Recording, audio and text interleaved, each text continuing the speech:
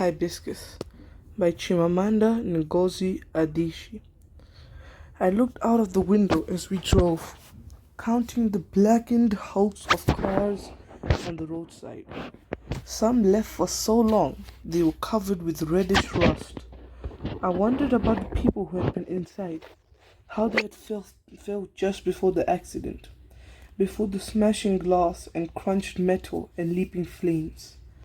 I did not concentrate on any of the glorious mysteries, and knew that Jaja did not either, because he kept forgetting when it was his turn to start a decade of the Rosary. About 40 minutes into the drive, I saw a sign on the roadside that read University of Nigeria, Nusuka, and I asked Kevin if we were almost there. No, he said, a little while longer. Near the town of Opi, the dust-covered church and school signs read Opi. We came to a police checkpoint.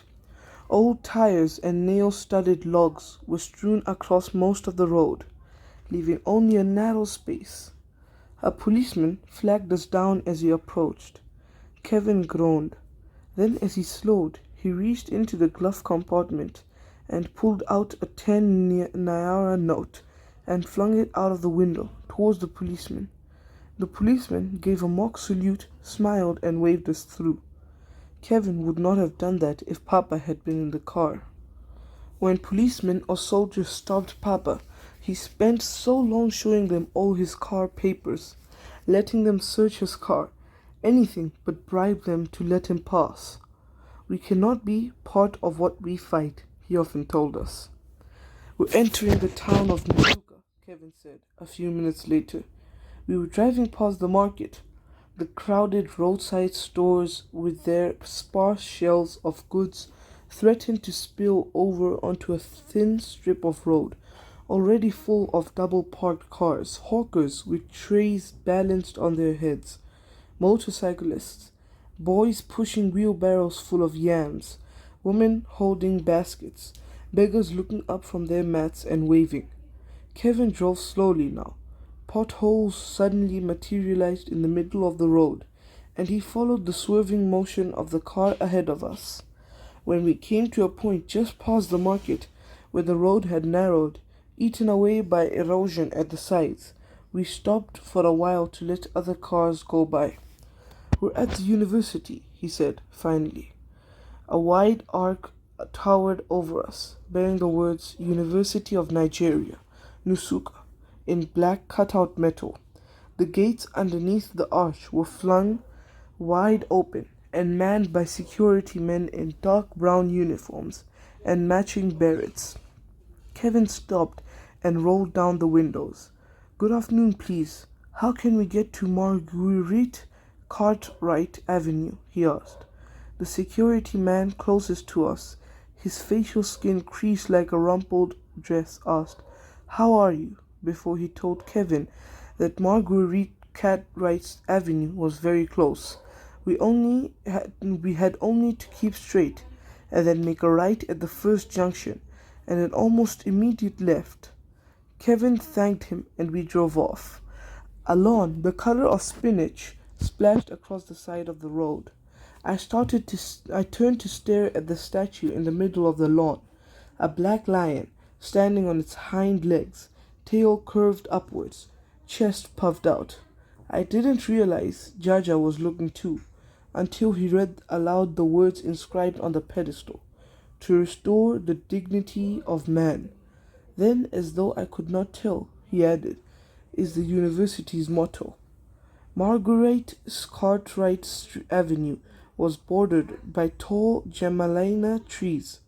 I imagined the trees bending during a rainy season thunderstorm, reaching across to touch each other and turning the avenue into a dark tunnel.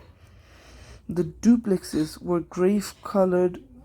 gravel-covered driveways, and beware of dog signs in the front yard soon gave way to bungalows with driveways the length of 2 cars, and then blocks of flats with wide stretches of space in front of them instead of driveways.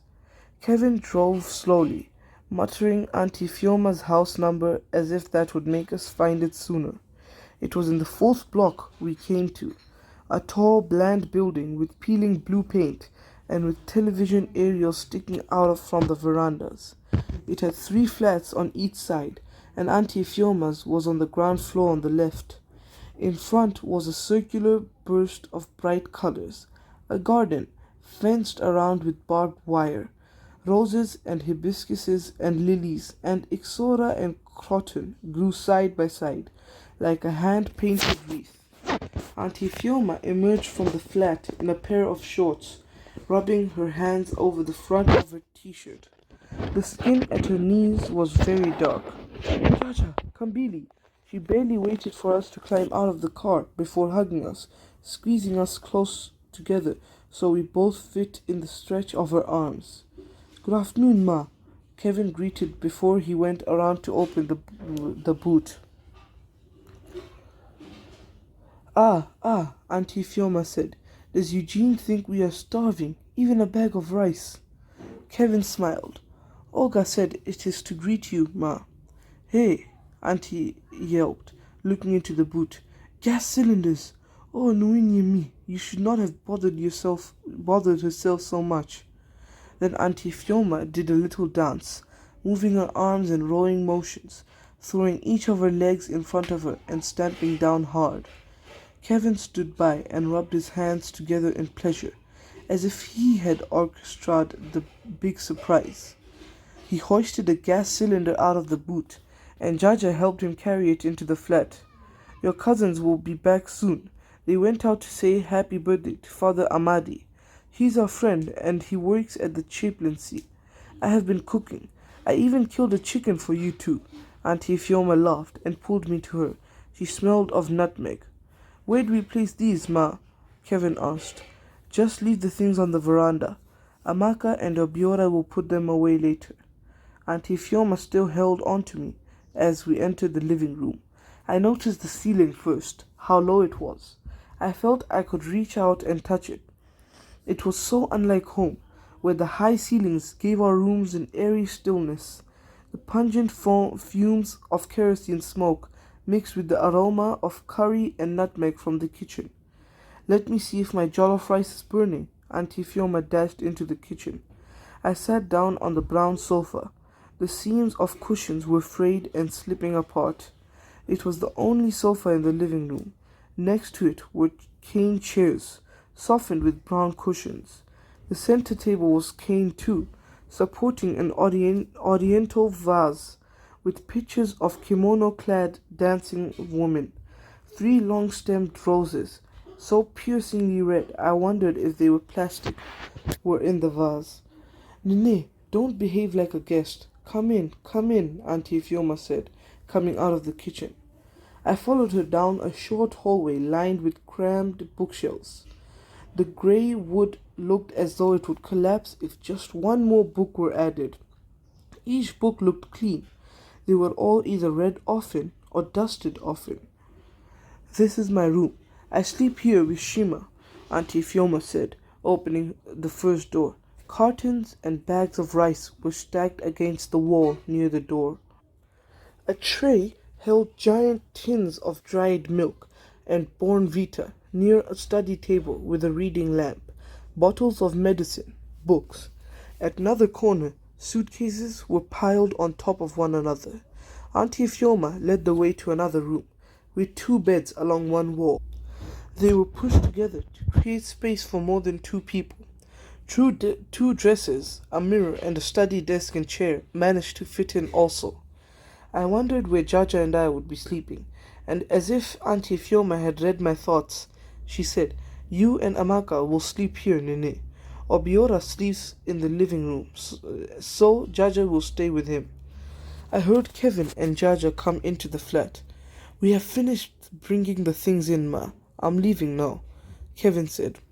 He spoke from the living room, but the flat was so small he did not have to raise his voice. Tell Eugene I said thank you. Tell him we are well. Drive carefully. Yes, Ma. I watched Kevin leave, and suddenly my chest felt tight. I wanted to run after him, to tell him to wait while I got my bag and got back in the car. Nini, Jaja, come and join me in the kitchen until your cousins come back. Auntie Fiona sounded so casual, as if it were completely normal to have us visit, as if we had visited so many times in the past. Jaja led the way into the kitchen and sat down on a low wooden stool. I stood by the door because there was hardly enough room in the kitchen not to get in her way. As she drained rice at the sink, checked on the cooking meat, blended tomatoes in a mortar, the light blue kitchen tiles were worn and chipped at the corners, but they looked scrubbed clean, as did the pots, whose lid did not often fit, one side slipping crookedly into the pot. The kerosene stove was on a wooden table by the window.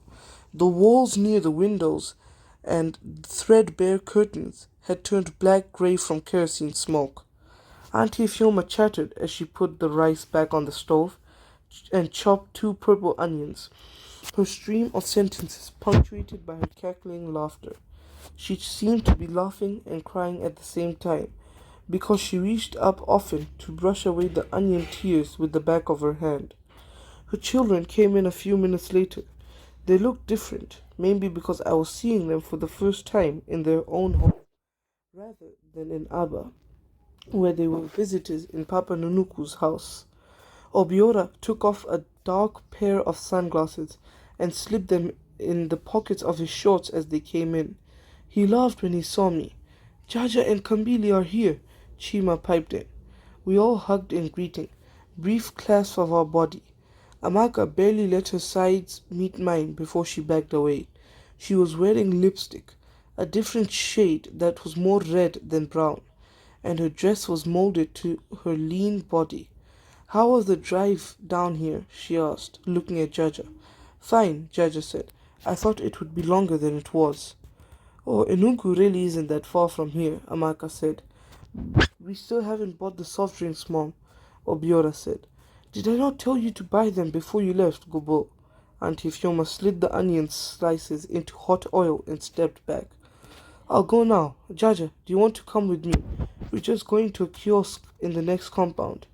Don't forget to take the empty bottles, Auntie Fioma said. I watched Jaja leave with Obiora. I could not see his face, could not tell if he felt as bewildered as I did. Let me go and change, Mom, and I'll fry the plantains, Amaka said, turning to leave. Nini, go with your cousin, Auntie Fioma said to me. I followed Amaka to her room, placing one frightened foot after the next. The cement floors were rough, did not let my feet glide over them the way the smooth marble back at home did. Amaka took her earrings off, placed them on the top of the dresser, and looked at herself in the full-length mirror. I sat on the edge of the bed, watching her, wondering if she knew that I had followed her into the room. I'm sure you think Nusuka is uncivilized compared to Inugu, she said, still looking in the mirror. I told Mom to stop forcing you both to come. We wanted to come. Amaka smiled into the mirror, a thin, patronizing smile that seemed to say I should not have bothered lying to her. There's no happening place in Nusuka, in case you haven't realized that already. Nusuka has no Genesis or Nike Lake. What? Genesis and Nike Lake, the happening places in Enugu. You go there all the time, don't you? No? Amaka gave me an odd look. But you go once in a while. Yes.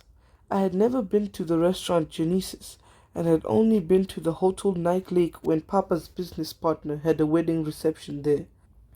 We had stayed only long enough for Papa to take pictures with the couple and give them a present. Amaka picked up a comb and ran it through the ends of her short hair. Then she turned to me and asked, Why do you lower your voice? What? You lower your voice when you speak. You talk in whispers. Oh, I said, my eyes focused on the desk, which was full of things. Books, a cracked mirror, felt-tipped pens. Amaka put the comb down and pulled her dress over her head. In her white lacy bra and light blue underwear, she looked like a Hausa goat, brown, long, and lean. I quickly averted my gaze. I had never seen anyone undress. It was sinful to look upon another person's nakedness. I'm sure this is nothing close to the sound system in your room in Enugu, Amaka said. She pointed at the small cassette player at the foot of the dresser. I wanted to tell her that I did not have any kind of music system in my room back at home, but I was not sure she would be pleased to hear that, just as she would not be pleased to hear it if I did have one. She turned the cassette player on, nodding to the polyphonic beat of drums. I listened mostly to indigenous musicians. They are culturally conscious. They have something real to say. Fela and Osadebe and Onyeka are my favorites. Oh, I'm sure you probably don't know who they are. I'm sure you're into American pop like other teenagers. She said teenagers as if she were not one of them, as if teenagers were a brand of people who, by not listening to culturally conscious music, were a step beneath her. And she said culturally conscious in the proud way that people say a word when they never knew they would learn until they do. I sat still on the edge of the bed, hands clasped, wanting to tell Amaka that I did not own a cassette player, that I could hardly tell any kinds of pop music apart. Did you paint this? I asked instead. The watercolor painting of a woman with a child was much like a copy of the Virgin and Child oil painting that hung in Papa's bedroom, except the woman and child in Amaka's painting were dark skinned. Yes, I paint sometimes. It's nice. I wish that I had known that my cousin painted realistic watercolors. I wish that she would not keep looking at me as if I were a strange laboratory animal to be explained and catalogued. Did something hold you girls in there? Auntie Fioma called from the kitchen. I followed Amaka back to the kitchen and watched her slice and fry plantains. Jaja soon came back with the boys, the bottles of soft drinks in a black plastic bag. Auntie Fioma asked Obiora to set the table. Today we will treat Kambili and Jaja as guests, but from tomorrow they will be family and join in the work, she said. The dining table was made of wood that cracked in dry weather. The outermost layer was shredding, like molten cricket, brown slices curling up from the surface. The dining chairs were mismatched. 4 were made of plain wood, the kind of chairs in my classroom, and the other 2 were black and padded. Jaja and I sat side by side. Auntie Fioma said the grace, and after my cousin said amen, I still had my eyes closed. Nini, we have finished praying. We do not say mass in the name of grace like your father does, Auntie Fioma said with a chuckle. I opened my eyes just in time to catch Amaka watching me. I hope Kambili and Jaja come every day so we can eat like this, chicken and soft drinks. Obiora pushed at his glasses as he spoke. Mommy, I want the chicken leg, Chima said. I think these people have started to put less coke in the bottles, Amaka said, holding her coke bottle back to examine it. I looked down at the jollof rice, fried plantains, and half of a drumstick on my plate, and tried to concentrate, tried to get the food down. The plates, too, were mismatched. Shima and Obiora used plastic ones, while the rest of us had plain glass plates, bereft of dainty flowers or silver lines. Laughter floated over my head. Words spurted from everyone, often not seeking and not getting any response. We always spoke with a purpose back home, especially at a table, but my cousins seemed to simply speak and speak and speak.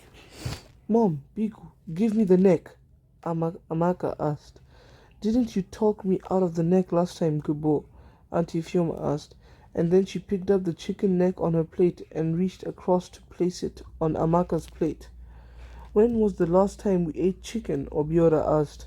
Stop chewing like a goat, Obiora, Auntie Fiona said. Goats chew differently when they ruminate and when they eat, Mom. Which do you mean? I looked up to watch Obiora chewing.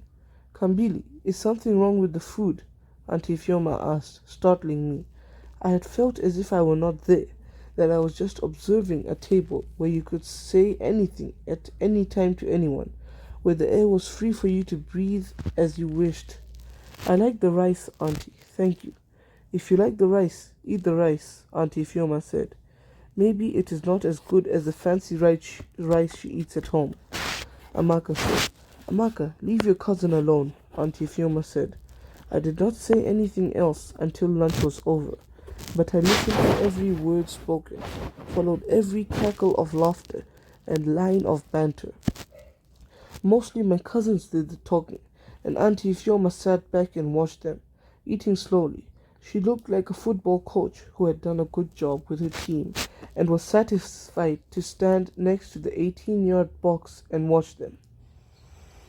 After lunch, I asked Amaka where I could ease myself, although I knew that the toilet was the door opposite the bedroom. She seemed irritated by my question and gestured vaguely towards the hall, asking, "Where else do you think?" The room was so narrow I could touch both walls if I stretched out my hands. There were no soft rugs, no furry cover for the toilet seat and lid like we had back home. An empty plastic bucket was near the toilet. After I urinated, I wanted to flush, but the cistern was empty. The lever went limply up and down. I stood in the narrow room for a few minutes before leaving to look for Auntie Fioma. She was in the kitchen, scrubbing the sides of the kerosene stove with a soapy sponge. "I will be very miserly with my new gas cylinders," Auntie Fioma said, smiling when she saw me. "I'll use them only for special meals, so they will last long. I'm not packing away this kerosene stove just yet." I paused because what I wanted to say was so far removed from gas and kerosene stoves. I could hear Obiora's laughter from the veranda. "Auntie, there's no water to flush the toilet." "You urinated?" "Yes. Our water only runs in the morning or the egu, so we don't flush when we urinate, only when there's actually something to flush. Or sometimes when the water does not run for a few days, we just close the lid until everybody has gone, and then we flush with one bucket. It saved water." Auntie Fioma was smiling ruefully. "Oh," I said. Amaka had come in as Auntie Fioma spoke. I watched her walk to the refrigerator. "I'm sure that back home you flush every hour, just to keep the water fresh. But we don't do that here," she said. "Amaka, oh Guinea, I don't like that tone," Auntie Fioma said. "Sorry," Amaka muttered, pouring cold water from a plastic bottle into a glass. I moved closer to the wall, darkened by kerosene smoke, wishing I could blend into it and disappear. I wanted to apologize for Amaka, but I was not sure what for. "Tomorrow we will take Kambili and Jaja around to show them the campus," Auntie Fioma said, sounding so normal that I wondered if I had just imagined the raised voice. "There's nothing to see. They will be bored." The phone rang then, loud and jarring, unlike the muted purr of ours back home. Auntie Fioma hurried to her bedroom to pick it up. "Kambili, Jaja," she called out a moment later. I knew it was Papa. I waited for Jaja to come in from the veranda so we could go in together. When we got to the phone, Jaja stood back and gestured that I speak first. "Hello, Papa. Good evening," I said, and then wondered if he could tell that I had eaten after saying a too short prayer. "How are you?" "Fine, Papa. The house is empty without you." "Oh. Do you need anything?" "No, Papa. Call it once if you need anything, and I will send Kevin. I'll call every day. Remember to study and pray." "Yes, Papa." When Mama came on the line, her voice sounded louder than her usual whisper, or perhaps it was just the phone. She told me Sissy had forgotten we were away and cooked lunch for 4. When Jaja and I sat down to have dinner that evening, I thought about Papa and Mama, sitting alone at our white dining table. We had the leftover rice and chicken. We drank water because the soft drinks bought in the afternoon were finished. I thought about the always full crates of Coke and Fanta and Sprite in the kitchen store back home, and then quickly gulped my water down, as if I could wash away the thoughts. I knew that if Amaka could read thoughts, mine would not please her. There was less talk and laughter at dinner because the TV was on, and my cousins took their plates into the living room. The older two ignored the sofa and chairs to settle on the floor, while Shima curled up on the sofa, balancing his plastic plate on his lap. Auntie Fioma asked Jaja and me to go and sit in the living room too, so we could see the TV clearly.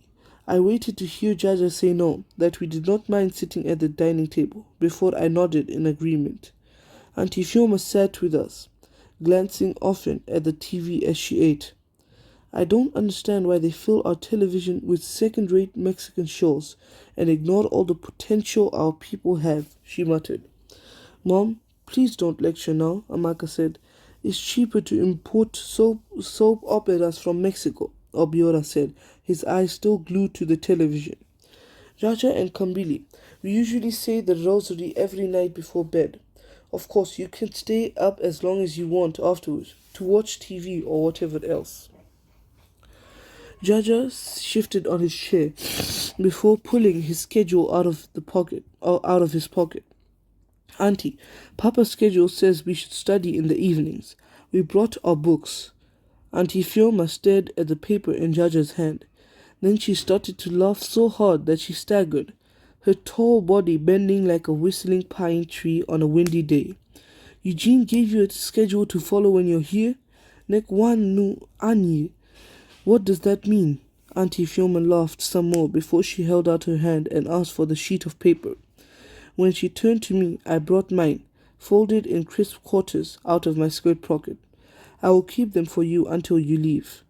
Auntie, Jaja started, if you do not tell Eugene, then how will he know that you did not follow the schedule, Gabo? You are on holiday here, and it is my house, so you will follow my own rules. I watched Auntie Fioma walk into her room with our schedules. My mouth felt dry, my tongue clinging to the roof. Do you have a schedule at home that you follow every day? Amaka asked.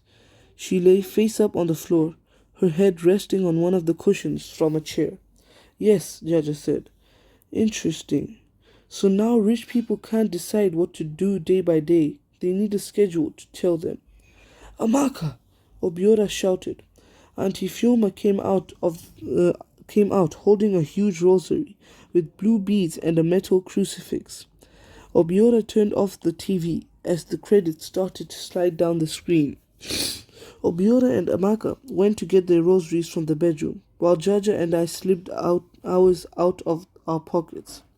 We knelt next to the cane chairs, and Auntie Fioma started the first decade.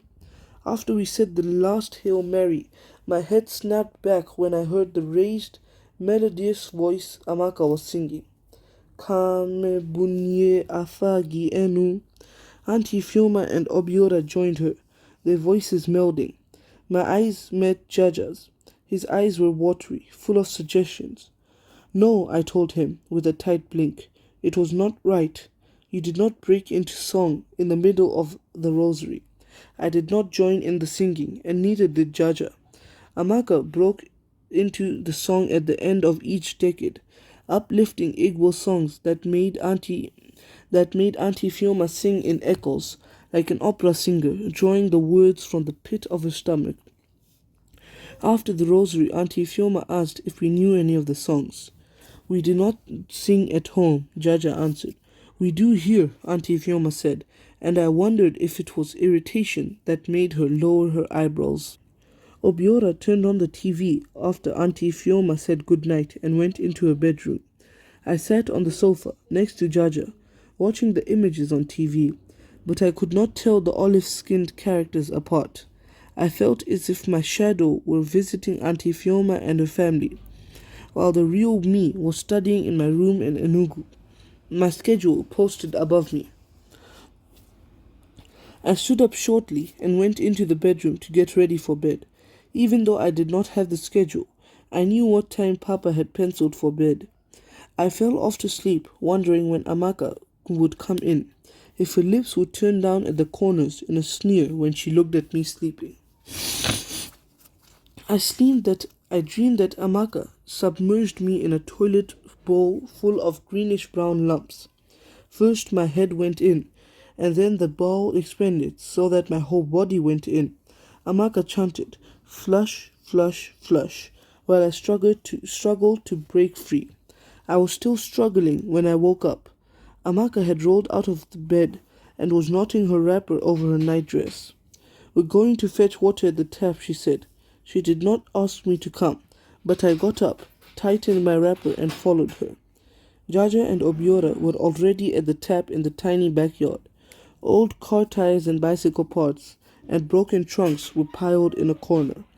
Obiora placed the containers under the tap, aligning the open mouths with rushing water. Jaja offered to take the first filled container back to the kitchen, but Obiora said not to worry and took it in. While Amaka took the next, Jaja placed a smaller container under the tap and filled it. He had slept in the living room, he told me, on a mattress that Obiora unrolled from behind the bedroom door and covered with a wrapper. I listened to him and marveled at the wonder in his voice, at how much lighter the brown of his pupils were. I offered to carry the next container, but Amaka laughed and said I had soft bones and could not carry it. When we finished, we said the morning prayers in the living room, a string of short prayers punctuated by songs. Auntie Fioma prayed for the university, for the lecturers and administration, for Nigeria, and finally she prayed that we might find peace and laughter today. As we made the sign of the cross, I looked up to see out Jaja's face, to see if he too was bewildered that Auntie Fioma and her family prayed for, of all things, laughter. We took turns bathing in the narrow bathroom with half-full buckets of water, warmed for a while with a heating coil plunged into them. The spotless tub had a triangular hole at one corner, and the water groaned in like a man in pain as it drained. I lathered over with my own sponge and soap. Mama had carefully packed my toiletries, and although I scooped the water with a shallow cup and poured it slowly over my body, I still felt slippery as I stepped on the old towel placed on the floor. Auntie Fioma was at the dining table when I came out, dissolving a few spoonfuls of dried milk in a jug of cold water. "If I let these children take the milk themselves, it will not last a week," she said, before taking the tin of Carnation dried milk back to the safety of her room. I hoped that Amaka would not ask me if my mother did that too, because I would stutter if I had to tell her that we took as much creamy peak milk as we wanted back home. Breakfast was okpa that Obiora had dashed out to buy from somewhere nearby. I had never had okpa for a meal, only for a snack when we sometimes bought the steam-cooked cowpea and palm oil cakes on drive to Abba. I watched Amaka and Auntie Fioma cut up the moist yellow cake and did the same. Amaka asked us to hurry up. Auntie Fioma asked us to hurry up. She wanted to show Jaja and me the campus and get back in time to cook. She had invited Father Amadi to dinner. "Are you sure there's enough fuel in the car, Mom?" Obiora asked. "Enough to take us around the campus at least. I really hope fuel comes in the next week. Otherwise, when we resume, I will have to walk to my lectures.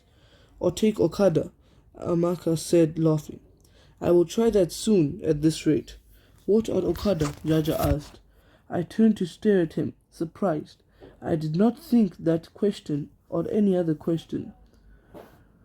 "Motorcycles. They have become more popular than taxis." Auntie Fioma stopped to pluck at some brown leaves in the garden as we walked to the car, muttering the harmattan was killing her plants. Amaka and Obiora groaned and said, "Not the garden now, Mom." "That's a hibiscus, isn't it, Auntie?" Jaja said, staring at the plant close to the barbed wire fencing. I did not know there were purple hibiscuses. Auntie Fioma laughed and touched the flower, colored a deep shade of purple that was almost blue. Everybody has that reaction the first time. My good friend Philippa is a lecturer in botany. She did a lot of experimental work while she was here. "Look, there's a white ixora, but it doesn't bloom as fully as the red." Jaja joined Auntie Fioma while we stood watching them. "Oh, Maka, so beautiful," Jaja said. He was running a finger over a flower petal. Auntie Fioma's laughter lengthened to a few more syllables. "Yes, it is. I had to fence my garden because the neighborhood children came in and plucked many of the more unusual flowers. Now I only let in the altar girls." "Mom, Ozugu, let's go," Amaka said. But Auntie Fiona spent a little longer showing Jaja her flowers before we piled into the station wagon and she drove off. The street she turned into was steep and she switched the ignition off and let the car roll, loose bolts rattling. To save fuel, she said, turning briefly to Jaja and me. The houses we drove past had sunflower hedges, and the palm-sized flowers brightened the foliage in big yellow polka dots. The hedges had many gaping holes. Auntie Fiona turned the ignition on because the road had become level. That's the university primary school, she said. That's where Shima goes. It used to be so much better, but now look at all the missing louvres in the window. Look at the dirty buildings. The wide schoolyard, enclosed by a trimmed, whistling pine hedge, was cluttered with long buildings, as if they had sprung up at will, unplanned. Auntie Fiona pointed at a building next to the school, the Institute of African Studies, where her office was and where she was old. I could tell from the color and from the windows, coated with the dust of so many harmatins, that they would never shine again. Auntie Fiona drove through a roundabout planted with pink periwinkle flowers and lined with bricks painted alternating black and white. On the side of the road, a field stretching out like green bed linen, dotted by mango trees, was faded, leaves struggling to retain their color against the drying wind. That's the field where we have our bazaars, Auntie Fiona said, and over there are the female hostels. There's Mary Slessor's Hall. Over there is Okpara Hall, and this is Bellow Hall, the most famous hostel, where Amaka has sworn she will live when she enters the university and launches her activist movements. Amaka laughed but did not dispute Auntie Fiona. Maybe you two will be together, Kambili. I nodded stiffly. Although Auntie Fiona could not see me, I had never thought about the university, where I would go or what I would study. When the time came, Papa would decide. Auntie Fiona horned and waved at two balding men in tie-dye shirts standing at the corner as she turned. She switched the ignition off again, and the car hurtled down the street. Gemilina and Dogonyaro trees stood firmly on either side. The sharp, astringent scent of the Dogonyaro leaves filled the car, and Amaka breathed deeply and said they cured malaria. We were in a residential area, driving past bungalows in wide compounds with rose bushes and faded lawns and fruit trees. The street gradually lost its tarred smoothness and its cultivated hedges, and the houses became low and narrow, their front doors so close together that you could stand at one stretch out and touch the next door. There was no pretense at the hedges here, no pretense of separation or privacy.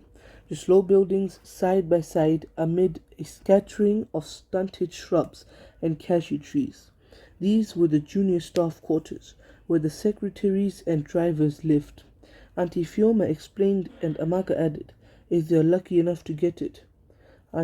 We had just arrived past the buildings when Auntie Fiona pointed to the right and said, there is Autumn Hill. The view from the top is breathtaking. When you stand there, you see just how God laid out the hills and valleys, Ezioku. When she made a U-turn and went back the way we had come, I let my mind drift, imagining God laying out the hills of Nusuka with his wide white hands, crescent moon shadows underneath his nails just like Father Benedict's. We drove past the sturdy trees around the Faculty of Engineering, past the vast mango-filled fields around the female hostels. Auntie Fiona turned the opposite way when she got close to her street. She wanted to show us the other side of Marguerite Cartwright's Avenue, where the seasoned professors lived, where the duplexes hemmed in by gravely driveways.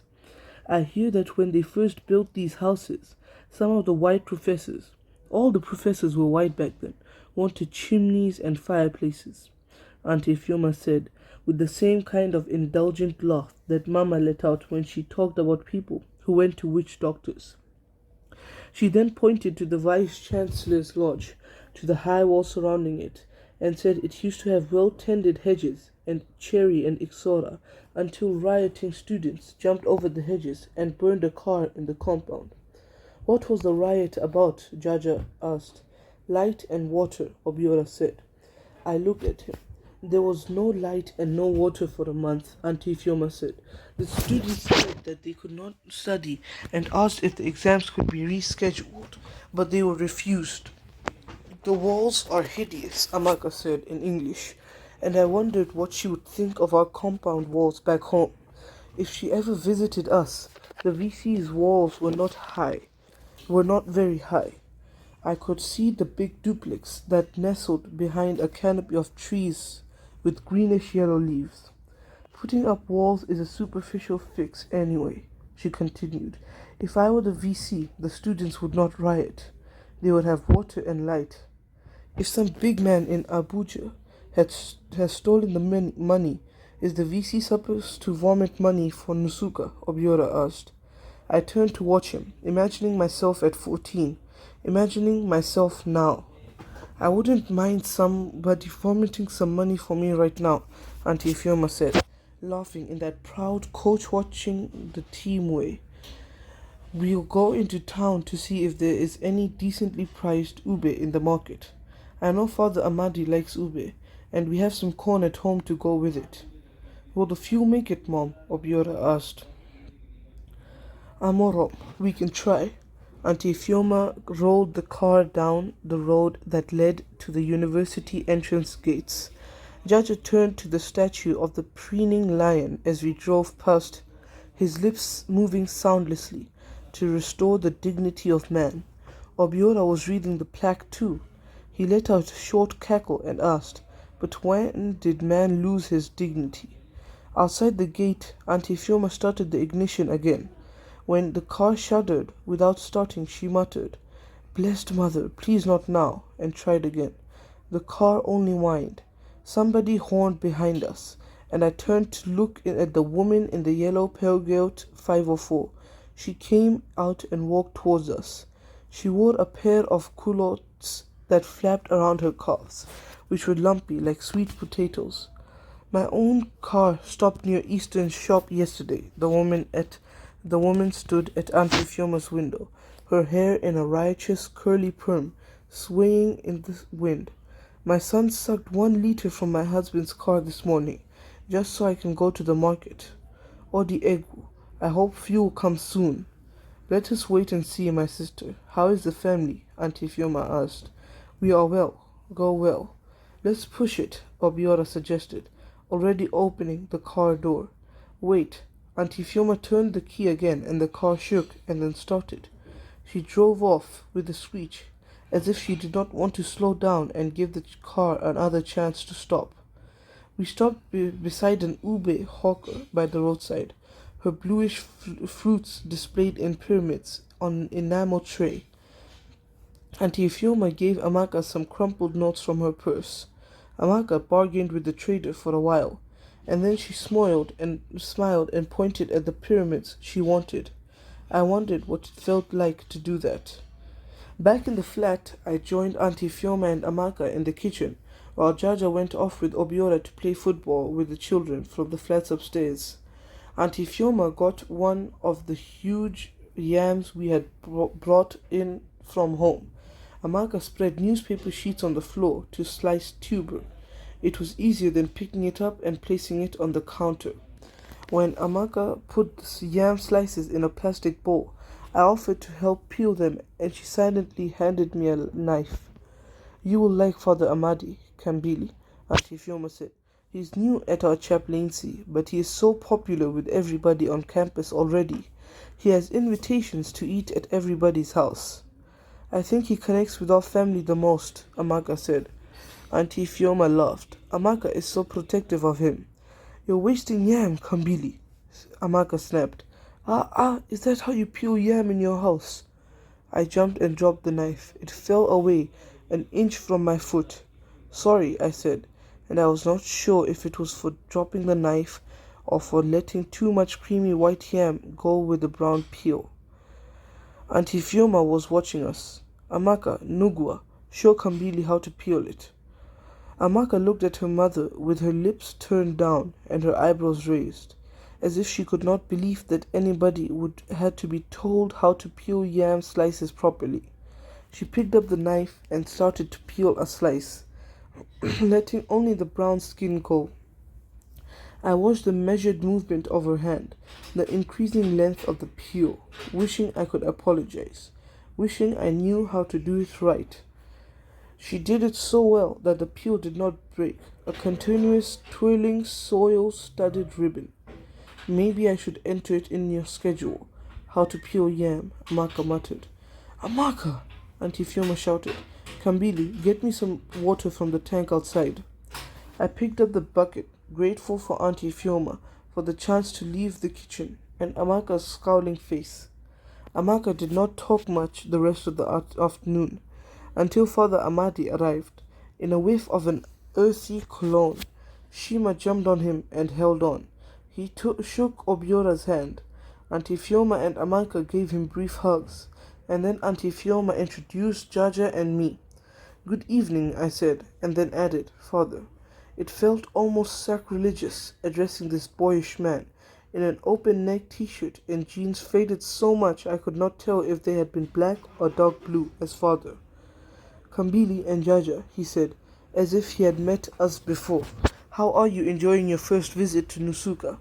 They hate it, Amaka said, and I immediately wished she hadn't. Nusuka has its charms, Father Amadi said, smiling. She had a singer's voice.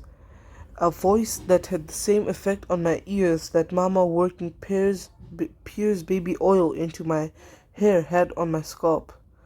I did not fully comprehend his English-laced Igbo sentences at dinner because my ears followed the sound and not the sense of his speech. He nodded as he chewed his yam and greens, and he did not speak until he had swallowed a mouthful and sipped some water.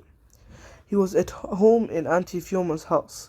He knew which chair had a protruding nail and could pull a thread out of your clothes. I thought I knocked that nail in, he said, and then talked about football with Obiora.